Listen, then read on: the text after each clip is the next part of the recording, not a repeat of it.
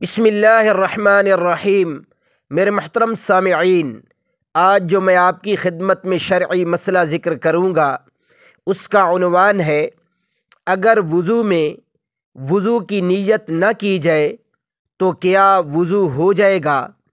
میرے محترم سامعین، اس شرعی مسئلہ کا جواب خوب توجہ سے سماعت فرما لیجیے۔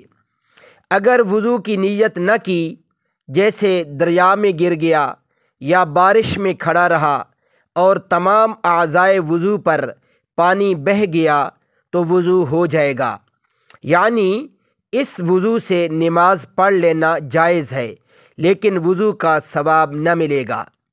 میرے محترم سامعین، اگر کوئی شخص نہر میں نہاتا ہے، دریا میں نہاتا ہے یا کسی اور بڑے تالاب میں نہا لیتا ہے لیکن وہ وضو کی نیت نہیں کرتا اور بعد میں اسی نہانے کے ساتھ ہی وہ نماز پڑھ لیتا ہے تو اب اس کا وضو بھی ہو جائے گا، نماز بھی ہو جائے گی، لیکن وضو کی نیت نہ کرنے کی وجہ سے وضو کا ثواب نہیں ملے گا۔ وآخر دعوانا ان الحمد للہ رب العالمین۔